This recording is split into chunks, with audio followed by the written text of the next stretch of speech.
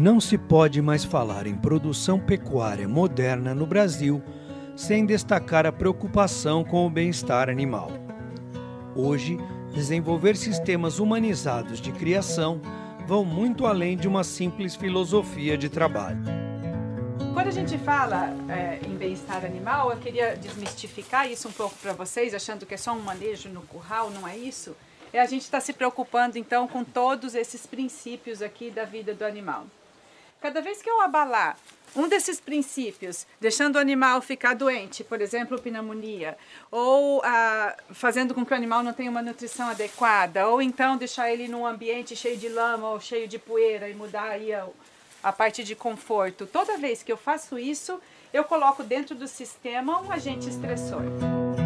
Animais mantidos em condições constantes de estresse desencadeiam processos hormonais que causam desequilíbrio e, consequentemente, prejudicam sua performance.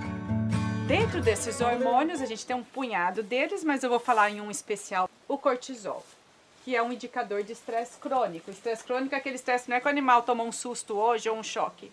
Esse é um estresse agudo. O crônico é aquele que vem dias e dias o animal passando por aquela situação.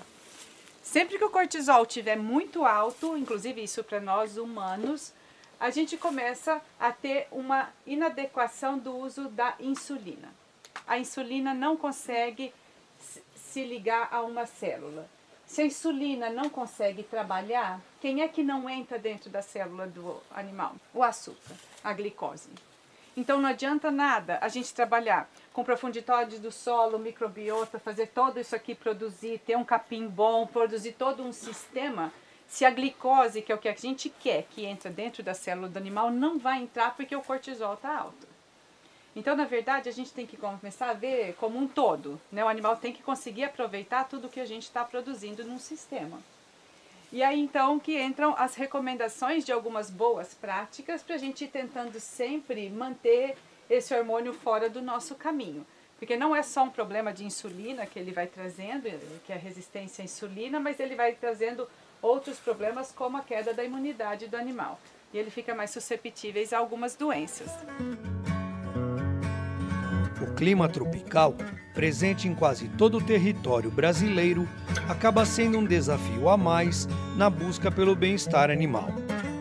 Quando a gente tem um sistema como esse apresentado hoje para vocês, né, que é uma integração aí entre a pecuária e a floresta, a gente tem a tendência de ter um ambiente um pouco melhor para o animal. Então você já reduz um dos agentes estressores que para a nossa região é o principal, que é o calor. Quando a gente reduz esse agente estressor, a gente reduz cortisol e a gente melhora então a eficiência do aproveitamento da energia que a gente está disponibilizando para esse animal. Alguns estudos já mostram em ambientes de pastagem, quando tem sombra, um aumento aí de 90 a 100 gramas por dia, e ambientes de confinamento, quando se coloca sombra, isso aumenta até 150 gramas por dia. Isso aí, se você fizer então uma média aí de 100 gramas por dia, isso aí vai dar em carcaça 2 arrobas a mais por ano, por animal. Um clima mais ameno na pastagem pode favorecer também o aumento nas populações de parasitas. De acordo com a pesquisadora, ao contrário do que pode parecer, isso não representa um problema. Então, um sistema como esse, ele traz esse componente de melhoria de conforto para o animal. Além disso, tem alguns estudos que trouxeram resultados que eu até me indignei quando eu estava lendo o resultado, mas não tinha chegado no fim ainda, de que talvez para a saúde dos animais não fosse tão benéfico por trazer mais parasitas. Mas, no fim da pesquisa, o pesquisador fala, não, aumenta o número de parasitas, mas aumenta o número de competidores naturais por ele. Então, para o animal, é melhor também. Porque ele acaba, por mais que você encontra no solo, você não encontra muito no animal, porque um predador natural acaba